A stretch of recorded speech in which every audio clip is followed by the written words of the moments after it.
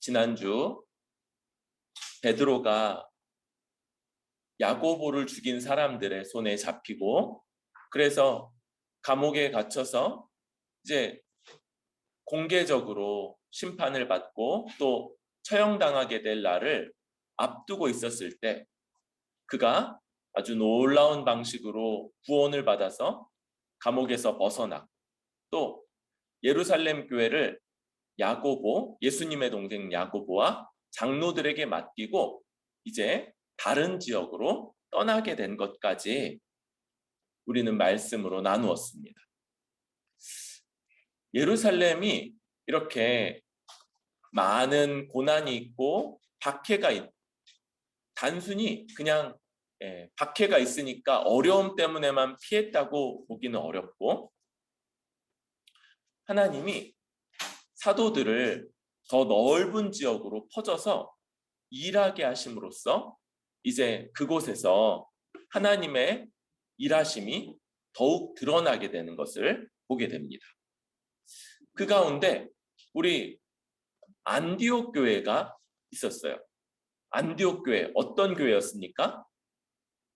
사람들이 스데반의 환란 때부터 흩어진 사람들이 처음에는 유대인들에게만 복음을 전하다가 안디옥에 이르러서 거기서 이방인들에게도 전했는데 이 사람들이 믿는 거예요. 하나님의 백성으로 돌아오는 일이 안디옥 교회에서 벌어지고 여기에 예루살렘 교회가 누구를 보냅니까? 먼저 바나바를 보내죠. 바나바는 예루살렘 교회에서도 아주 유명하고 존경받는 사람이었죠. 그의 꽤 재산이 있었던 것 같은데 그 재산을 다 팔아서 사도들 앞에 놓아서 사도들로 예루살렘 교회 어려운 사람들을 잘 돌보게 했던 그런 사람들이기 때문에 유명하고 존경받고 심지어 바나바 앞에 바는 아들이라는 뜻이고 나바는 위로라는 뜻이죠. 위로의 아들. 아버지가 위로가 아니고 그는 그의 얘기를 들으면 그와 대화를 하면 그와 함께하면 위로를 받는 그런 사람이었어요. 그런 사람이 옆에 있으면 참 좋지 않겠습니까? 힘든 일이 있으면 찾아가고 싶은 그런 사람. 그런데 그런 분을 예루살렘 교회는 이제 이방인들이 막 들어온다는 그 안디옥 교회로 보냈고 안디옥 교회에서 하나님의 말씀을 가르치게 했고 사울이라고 하는 사람 예전에 교회를 박해했던 그 사울을 바나바는 또 불러들여서 함께 안디옥 교회를 사역하면서 이제 처음으로 그리스도인, 크리스찬, 작은 그리스도라는 뜻이고 이런 이름은 자기들 스스로 부르는 이름이 아니라고 했죠. 외부 사람들, 믿지 않는 사람들이 저들은 우리와는 완전히 다른 그런 독특한 정체성을 가지고 있는 그룹이구나, 무리구나. 그래서 외부 사람들이 붙이는 이름이.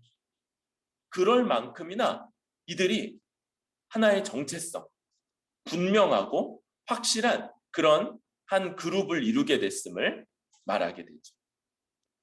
그랬던 그 안디옥 교회.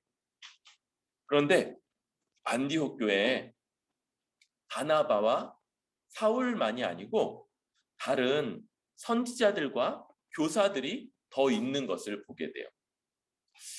여기 선지자들, 교사들 그럴 때 교사들 그러면 하나님의 말씀을 가르친다는 걸 특징으로 하는 사람들이죠.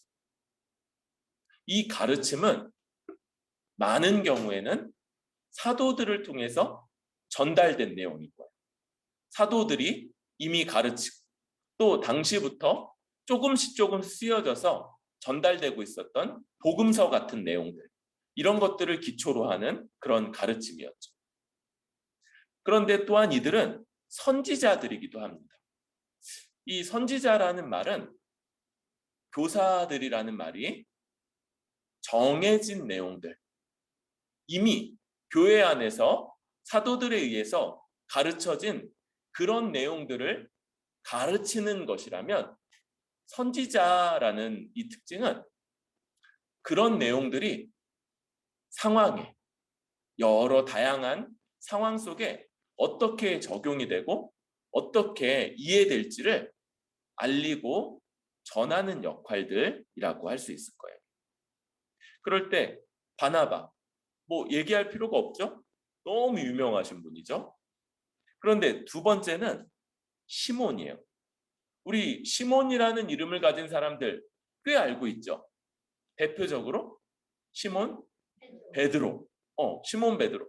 근데 그 시몬만이 아니고 저기 사마리아의 마술사 이름도 시몬이었죠. 그러니까 시몬이라는 이름도 굉장히 많은데 여기는 니게르라는 하는 시몬이에요. 니게르. 이 니게르라는 말이 뭐냐면 그 미국의 흑인들이 자기네들끼리 하는 농담 이걸 니거 이렇게 불러요. 근데 흑인이 아닌 사람은 그렇게 부르면 모욕하는 말이 돼서 안 되는데 자기네들끼리는 서로 친하니까 그렇게 불러요.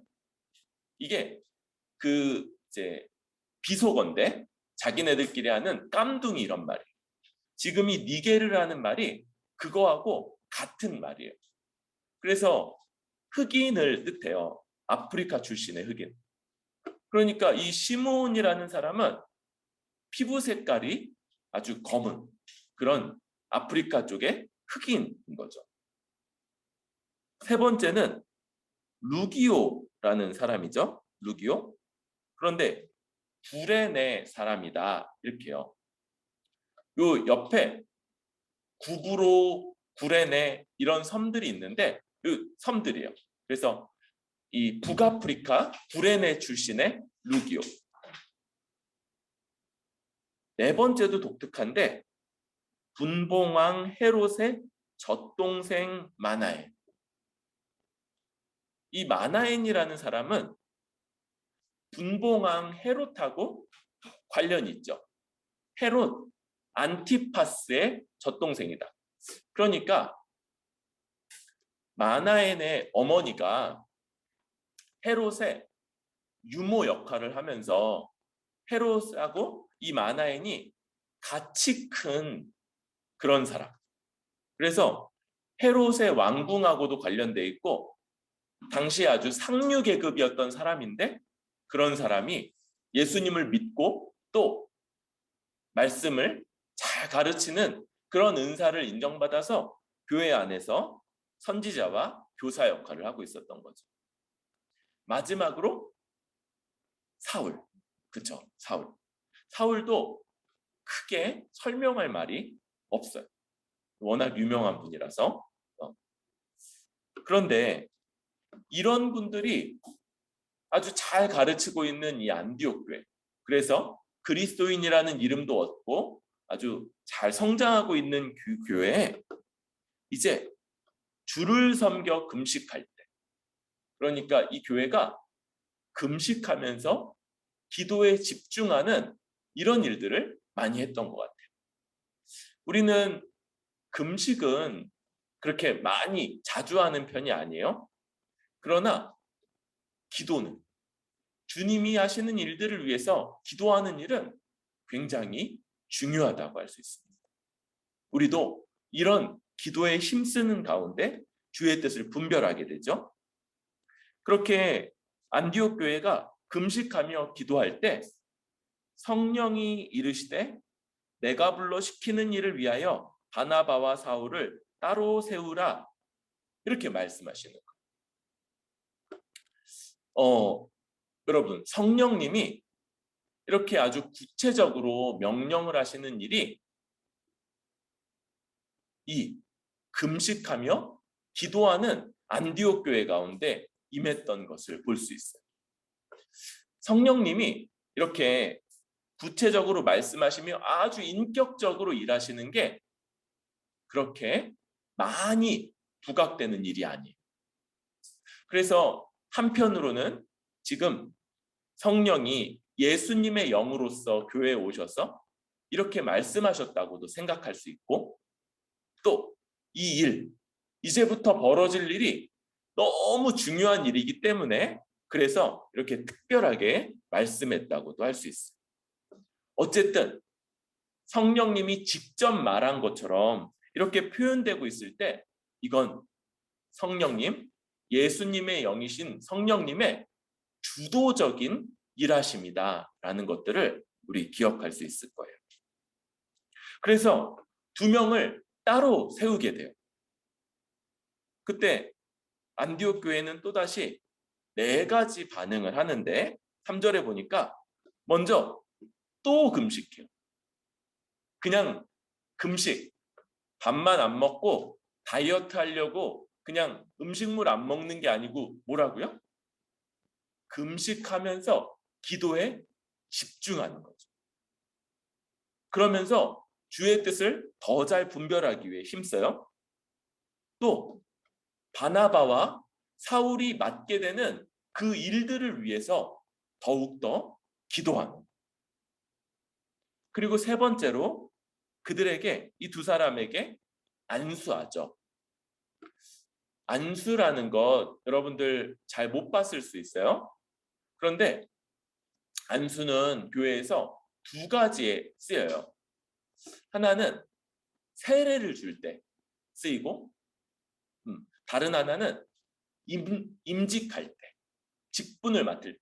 물론 이제 한 가지 더 있다면 그거는 이제 병자를 위해서 안수하며 기도하는 요 3가지로 쓰여져요. 그런데 안수한다는 건 어떤 의미냐면 이렇게 임직할 때 안수하는 건 이 일이 하나님이 맡기시는 일이고, 그래서 그때 하나님이 일만 맡기시는 일이 없어요. 반드시 그 일을 행할 지혜와 능력과 또 모든 필요한 것들 또한 허락하신다는 것을 이 안수가 의미해 주는 거예요. 그래서 안디옥 교회가 사울과 바나바에게 안수했지만 누가 이 일을 맡기시는 걸 고백하는 거라고요? 하나님이. 그 일을 맡기실 때 또 모두 주신다고요? 지혜, 능력, 필요한 모든 것들도 하나님이 주신다는 걸 우리 고백하는 그런 내용이에요. 그러면서 이제 그렇게만 하고 그냥 데리고 있으면 안 되죠. 이제 보내는 이 일들을 하게 되는 거예요. 그래서 바울과 바나바, 사울과 바나바가 이 일을 위해서 이제 떠나게 됩니다.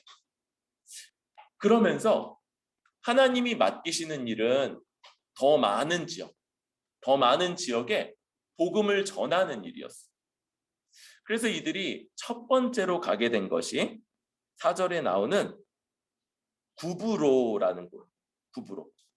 실루기아, 여기는 이제 안디옥에서 배를 탈 수 있는 곳이고, 실루기아라는 곳으로 가서 첫 번째 목표 구브로. 아까 구레네처럼 구브로 역시 섬이고, 특별히 이 섬은 바나바의 고향이기도 해요. 바나바의 고향. 그래서 바나바가 잘 아는 곳이기 때문에 여기로 갔을 수도 있고요. 또 예루살렘을 떠난 사람들이 안디옥에서 복음을 전했던 것처럼 구브로에서도 전했었거든요. 그러니까 안디옥에서 사역했던 이 사람들이 구브로의 사정도 알고 싶어서 가장 먼저 갔을 수도 있어요. 그래서 어쨌든 처음으로 이 구브로라는 곳으로 건너가서 사역을 하죠. 그런데 4절도 마찬가지로 성령의 보내심을 받아. 그러니까 이 두 사람의 떠남과 일함, 사역하는 것, 이 모든 것들이 다 성령 곧 우리 주님의 뜻이고 주님의 주도하심인 것을 분명하게 나타내고 있는 거죠. 그래서 구브로에 갔는데 거기 첫 번째로 도착한 곳, 항구이면서 도시가 살라미라는 곳이에요. 5절에 살라미. 그리고 유대인의 회당들을 돌면서 복음을, 하나님의 말씀을 전하고 있죠. 그럴 때 요한을 수행원으로 두었더라 이렇게 말해요. 지금 보면은 여러분, 바나바와 바울, 사울은 말씀을 아주 잘 전하는 사람들이에요. 그러니까 만약에 회당에 가서 그냥 말씀을 전하고 그리고 끝, 우리 말씀 전했으니까 끝, 그랬다면 요한이, 이 마가 요한이죠, 그렇죠? 얼마 전에 이 예루살렘 교회 성도들이 베드로를 위해서 모여서 기도하고 있던 그 마가 요한, 그 요한이 필요가 없었을 거예요. 회당에 가서 말씀만 전했다면. 그런데 지금 이 요한을 수행원으로 함께 사역하게 했던 걸 볼 때 회당에서 하나님의 말씀을 전하고 믿는 사람들에게, 회당은 안식일에 모이잖아요. 그러니까 안식일에 복음을 전하고 그리고 거기서 말씀을 듣고 믿은 사람들을 이제 따로 모아서 가르치고, 그리고 그런 사람들이 혹시 거기에 있었다면 이미 예수 그리스도를 믿는 그 공동체와 함께 한 교회를 이룰 수 있도록 이런 일들까지 했던 것 같아요. 그러니까 복음을 가르치고 회심한 사람들을 더 말씀으로 양육하고 그리고 교회를 이룰 수 있도록 돕는 여기까지의 사역을 했던 것으로 보여요. 그러면서 이 구브로라는 사역 섬에서 처음에 살람이라는 항구 도시에서부터 이제 이 구브로 섬을 쭉 통과해서 바보, 그러니까 시우좀 묻는 것 같은데 6절에 보니까 바보, 이게 그냥 사람에게 장난치는 말이 아니고 도시 이름이에요. 도시. 바보라는 도시에 이르러요. 거기서 바보라는 도시는 거의 이 구브로 섬의 반대편 쪽에 있어요. 살라미가 이렇게 여러분들이 보실 때 이쪽 서쪽에 있다면 제일 가까운 쪽이었죠. 이 구브로는 이쪽 동쪽, 반대죠. 동쪽에 있다면 서쪽에 바보는 있어요. 그런데 이 바보라는 도시가 구브로의 수도 같은 곳이었어요. 그래서 거기에는 총독 서기오 바울이라는 사람도 있어요. 이름이 바울하고 같은데 전혀 뭐 관련 없는 사람이에요. 이 사람은 로마에서 보낸 총독이에요. 그리고 그 총독 옆에 누구도 있냐면 바예수라고 하는 마술사도 갇힌 상황입니다. 이 바예수에 대해서, 바보에 사는 바예수라는 사람에 대해서 6절이 말하는데, 이름은 바예수예요. 앞에 바가 무슨 뜻이라고요? 아들. 그러니까 아버지 이름이 뭐예요? 예수예요. 예수. 그리고 예수라는 말하고 또 여호수아라는 말이 같아요. 그러니까 아빠 이름이 예수거나 혹은 여호수아예요. 예수거나 여호수아. 더군다나 이 사람은 유대인이에요. 유대인.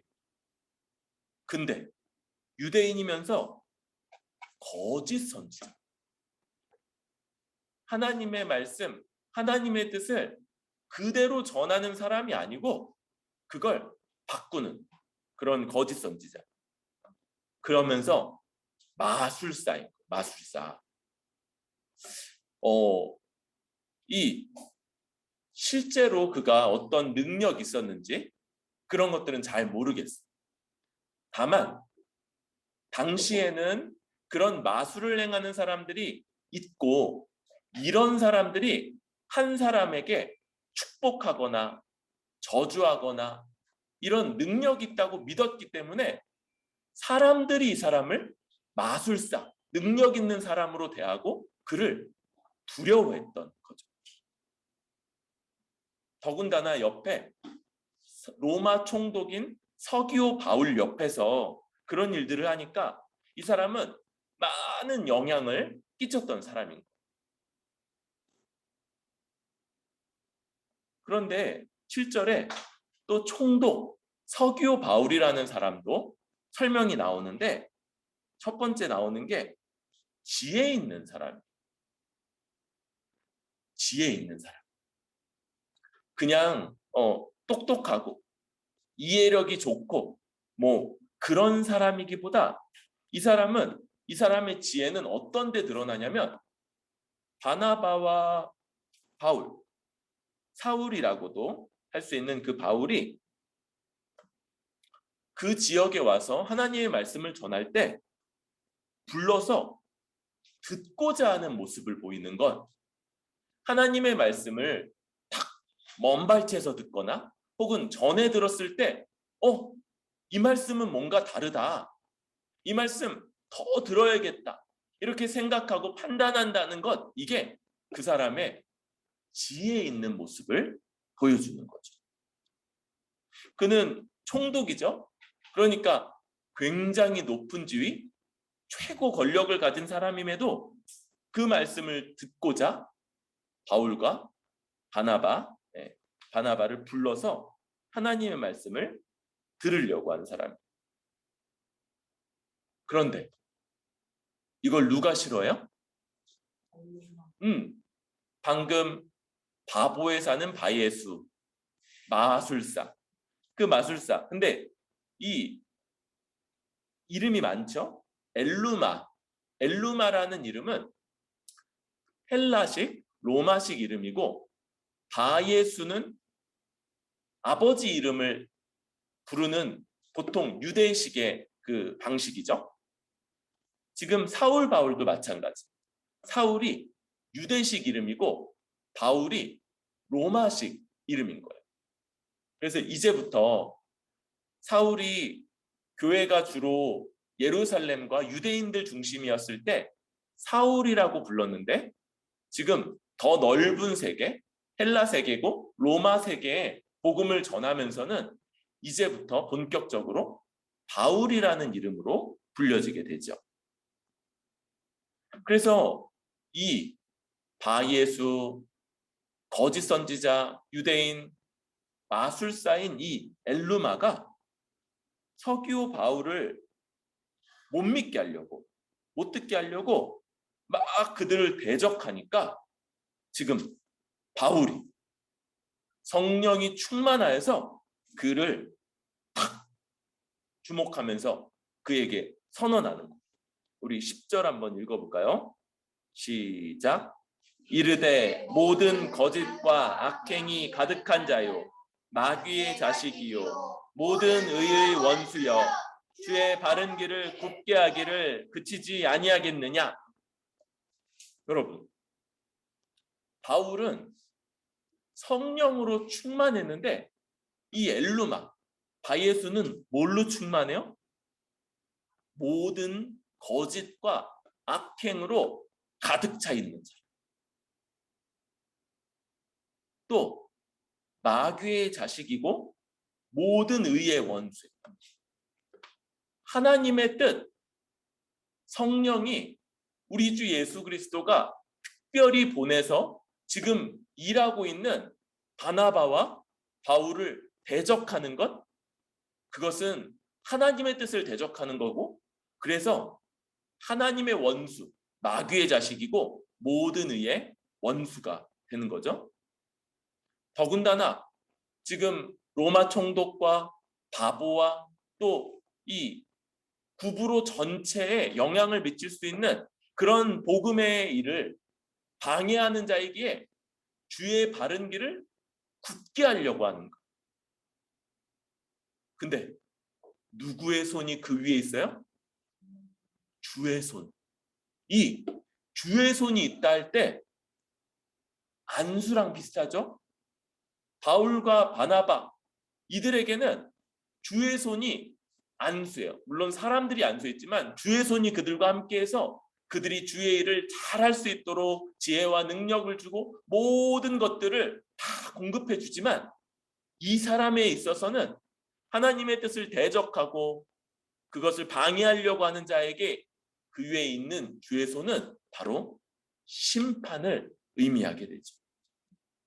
그래서 이어지는 절에서 그에게 심판, 하나님의 벌이 선언되는데 눈이 멀어 보지 못하게 되는 거예요. 그리고 다만 얼마 동안 영원히 눈 멀어도 사실은 그럴 만한 죄인데 하나님이 그래도 그에게 기회를 주시고 여전히 은혜를 주시려고 얼마 동안, 잠시 동안 눈이 멀게끔 하시는 거죠. 그래서 맹인이 됐어요. 아무것도 보지 못해요. 그러니까 어떻게 해요? 사람들 앞에서 마술을 부리고 막 사람들로 막 두렵게 하고 존경받고 사람들의 운명을 결정할 수 있을 거라 여겼던 그 사람이 아무것도 보지 못하고 자기 손잡아서 이끌어줄 사람, 먹을 것으로 또 화장실로 자기 인도해 줄 사람을 막 찾아다니는 그런 일들이 벌어지게 돼요. 그러자 12절에 총독이 이 모든 것들을 보면서 믿고 또 그런 주의 말씀, 주의 능력 있는 말씀을 아주 놀랍게 여기게 되는 이런 일들이 벌어지게 됩니다. 여러분, 오늘 이런 말씀으로 우리 세 가지로 한번 메시지들을 좀 나눠보려고 합니다. 여러분, 1절부터 3절까지 안디옥 교회에 성령께서 명하시는 것은 바나바와 바울, 사울을 따로 세워서 그들이 더 넓은 지역에 복음을 전하게 하시는 것이었어요. 여러분, 이거 낯선 겁니까? 어색한 겁니까? 아니에요. 사도행전이 처음 쓰여질 때, 시작할 때 예수님이 이 땅에 계실 때부터 예루살렘과 온 유대와 사마리아와 땅끝까지 이르러 내 증인이 될 것이다.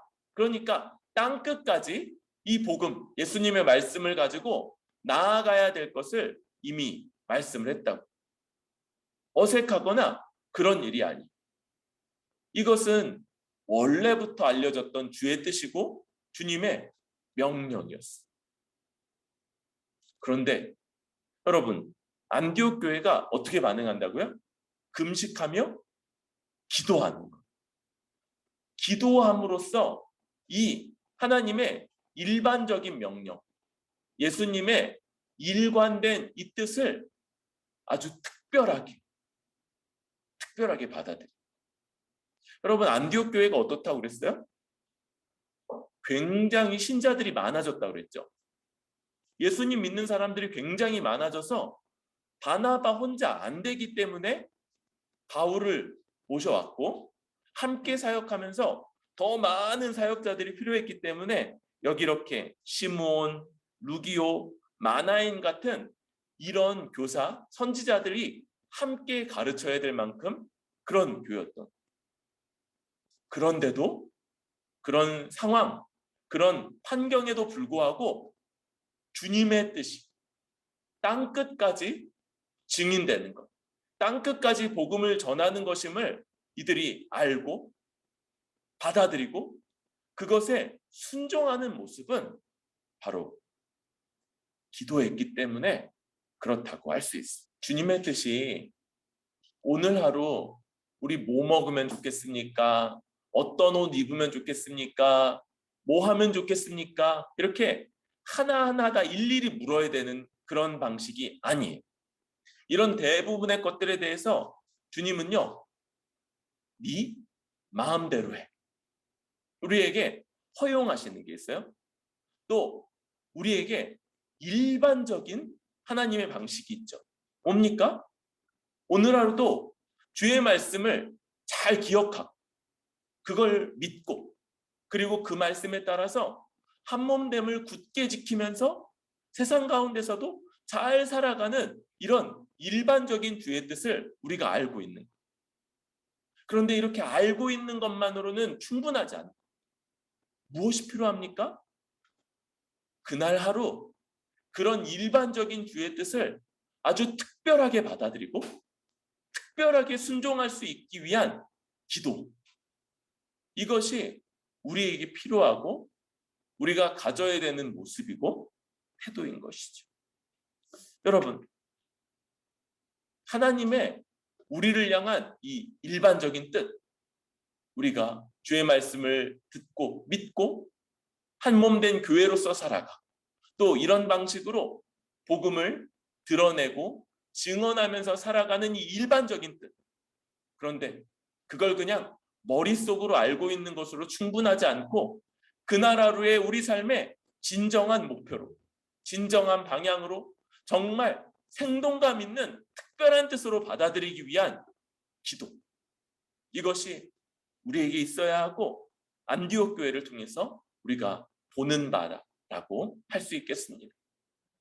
모르기 때문이 아니라, 낯설기 때문이 아니라, 하나님이 우리에게 아무것도 맡겨놓지 않아서 일일이 하나하나 물어야 되기 때문이 아니라 알고 있지만 일반적이지만 그러나 그것을 특별하게 오늘 하루 순종하며 능력 있게 살아가기 위해 받아들이는 이 기도. 이것으로 이 일반적인 주의 뜻을 특별하게 받아 살아갈 수 있는 매일매일의 우리 뿌리 깊은 교회 될 수 있기를 바랍니다. 그럴 때 여러분, 주님은요 이렇게 가르쳐지는 복음으로 자기 백성을 돌보고 자기 백성을 세우고 또 자기 백성들을 인도하시는 것을 보게 됩니다.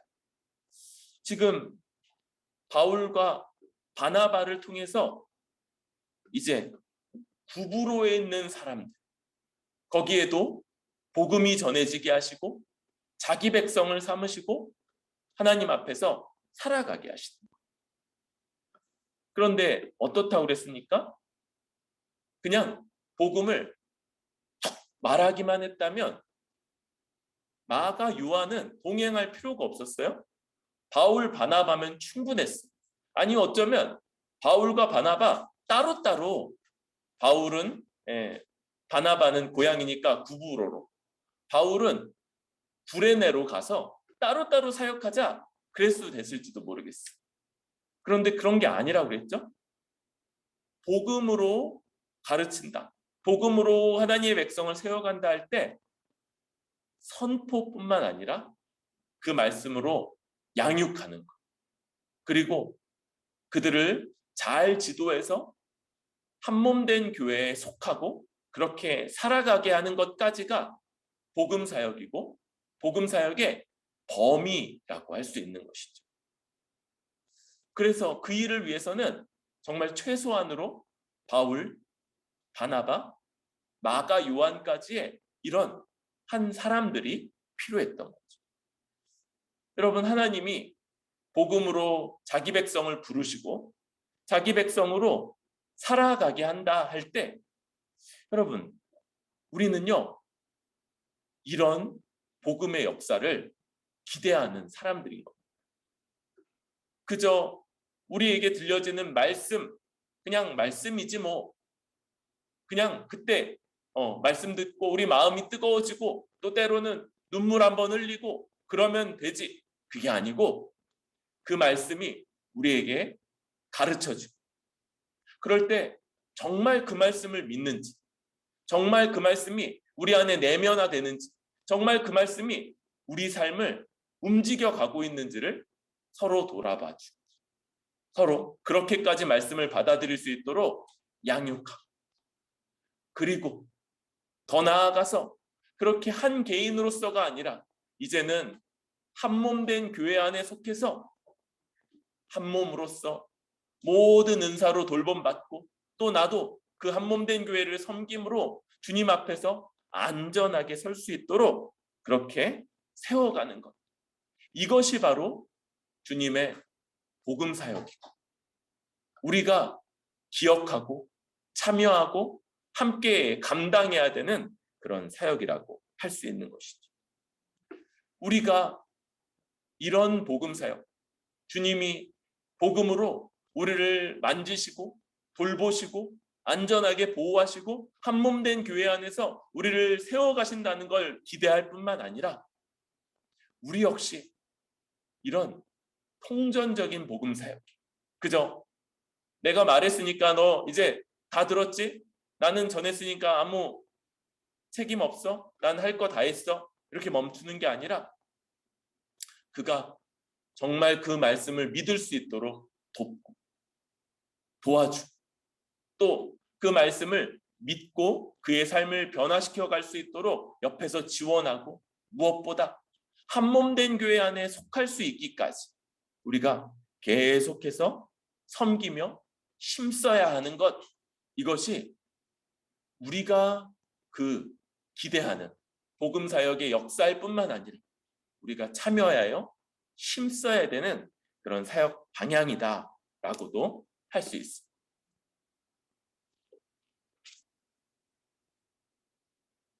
그럴 때 여러분, 우리는 이런 복음 사역이 가져오는 또 다른 모습 또한 보게 되죠. 바보에 사는 바예수 엘루마. 여러분, 복음이요, 이렇게 한 사람을 완전히 변화시킨다고 할 때, 완전히 새롭게 한다고 할 때 거기에는 방해하고 저항하고 대적하는 사람들이 있을 수 있습니다. 여러분, 복음이 사람을 변화시키는 걸 모든 사람들이 좋아하는 게 아니에요. 그걸 부담스러워하고 그거 꺼려하고 너 그러지 말라.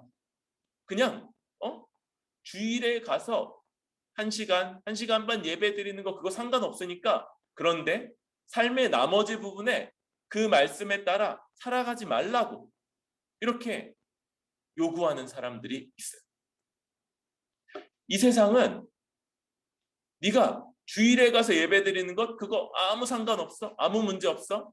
다만 이 세상에서는 세상의 원리들, 이 세상의 방식들을 그대로 받아들이고 여기서는 하나님 의지하거나 한몸된 교회로서의 모습을 나타내지 말고 그냥 두 얼굴로 살라고 요구하기도 하는 거예요. 복음을 말하고 복음을 가르치고 복음으로 함께 살아가는 것들을 한 사람 전체, 한 사람의 삶 전체요, 한 사람의 인격 전체로 받아들이는 것들을 싫어하고 두 얼굴, 거기서는 그렇게 여기서는 이렇게 살아가기를 요구하는 이런 것, 이것이 이 시대가 복음을 반대하고 대적하는 대표적인 방식이죠. 여러분, 사람은 그렇게 살 수 있다고요? 아니요, 사람은 원래 통합적 존재예요. 사람은요, 만약에 사람이 그렇게 두 얼굴로 여기서는 이렇게 딴 데서는 저렇게 살 수 있다면 그 사람은 딴 데서 살아가는 그 모습, 그게 그 사람을 대표하는 모습일 겁니다. 이 세상이 복음을 이런 방식으로 반대하고 싫어하고 거부한다는 걸 우리가 좀 기억해야 될 겁니다. 그러나 여러분, 하나님은 이런 자, 이렇게 하나님의 복음 사역을 방해하고 대적하고 어렵게 하는 것들을, 혹은 그런 사람들을 반드시 심판하십니다. 여러분, 우리는요, 하나님이 복음으로 믿는 자를 구원하시고 복되게 하시고 한몸되게 하시고 보호하시고 인도하신다는 것뿐만 아니라 그것을 싫어하고 대적하고 방해하고 어렵게 만드는 자들을 심판하신다는 것 역시 기억해야 합니다. 여러분, 그래서 우리는 그런 거부, 방해, 대적, 때로는 모함이나 우리를 향한 적대가 있을지라도 여러분 그런 것들에 너무 흔들릴 필요가 없어요. 오히려 주 앞에서 복음을 가진 자로, 복음을 그래서 증거하고 증언해야 되는 자로 살아가는 것. 이중인격이면 안 된다고 그랬어요. 통합적인 인격으로 복음을 믿는 자로서 세상 가운데서도 그렇게 살아가는 것. 때로는 어리석어 보이고, 때로는 놀림도 받고, 때로는 욕도 먹고, 때로는 오해도 사고, 때로는 방해를 받을지라도 그렇게 살아가는 것, 이게 마땅하며 이게 주 앞에서 우리가 가져야 되는 모습이고, 그런 자들 하나님이 심판하신다는 이걸 기억해야 되는 것이죠. 뿐만 아니라 여러분, 우리 가운데 혹시 하나님이 예루살렘과 온 유대와 사마리아 땅 끝까지 이르러 내 증인이 되리라 말씀하셨던 걸 12사도나 바울이나 바나바의 일로만 국한시키는 분이 있습니까? 그렇지 않죠? 이 사명, 이 명령은 우리 모두의 것이에요. 우리 모두가 방해가 있을지라도, 대적이 있을지라도, 모함이 있을지라도 그 앞에 굳건하게 서서 계속 믿는 자로 증인으로서 살아가는 것, 이게 마땅하고 이 일이 우리를 향한 하나님의 뜻이고 우리를 향한 하나님의 명령이라는 것을 기억하며 살아가야 되는 것이죠. 이것은 이 일을 누군가의 일일로 여기거나 무관심하거나 소홀히 여기는 것, 이것은 마찬가지로 주의 길을 굳게 하는 일이고 하나님의 뜻을 방해하는 일이고, 예수님 말씀하셨죠? 나와 함께 모으지 아니하는 자는 해치는 자다. 이 일이 적극적으로 우리가 달려들어야 되는 일이라는 것을 기억해야 하는 것이죠. 여러분, 우리 교회는 시작한 지도 얼마 안 됐고 또 인원도 적지만 외부로 드리고 있는 에너지가 굉장히 많습니다. 저와 사모의 사역뿐만 아니라 또 교회가 참여하고 있는 일들도 외부 일들이 굉장히 많고, 또 우리의 재정적인 부분에서도 가능한 한 많은 분들을 섬기고 많은 단체들을 후원하면서 그렇게 가려고 애쓰고 있습니다. 여러분, 더 애써야 됩니다. 더 적극적으로 여기에 참여하며 이 일에 헌신하며 이 일을 신경 써야 돼요. 더 기도함으로써 이 하나님의 일반적인 뜻, 일반적인 의지, 그것이 바로 오늘 우리에게 코로나로 어렵고 교회 상황이 만만치 않은 이 시대에 그러나 우리를 향한 하나님의 특별한 명령으로 받고, 그래서 오늘도 이 일에 헌신하며 수고하는 것, 그것이 복음 전파를 방해하지 않는 자예요. 오히려 그것을 적극적으로 기대하며 소망하며 힘쓰는 자의 마땅한 모습이라고 할 수 있을 것입니다. 주님은 바울과 바나바를 택하셔서 그들을 통해 복음이 전파되게 하셨던 것처럼 지금도 우리에게 너희는 땅끝까지 이르러 나를 증언할 증인들이라 말씀하십니다. 여러분, 우리가 오늘 이 예배를 통해서 또 날마다 주 앞에 기도함으로 이 일반적인 뜻을 오늘 하루에 또 그날 하루하루에 특별한 주의 뜻으로 받아 이 일에 힘쓰고 여기에 더욱더 주의 뜻을 구하며 나아갈 수 있는 그런 뿌리 깊은 교회 될 수 있기를 바랍니다.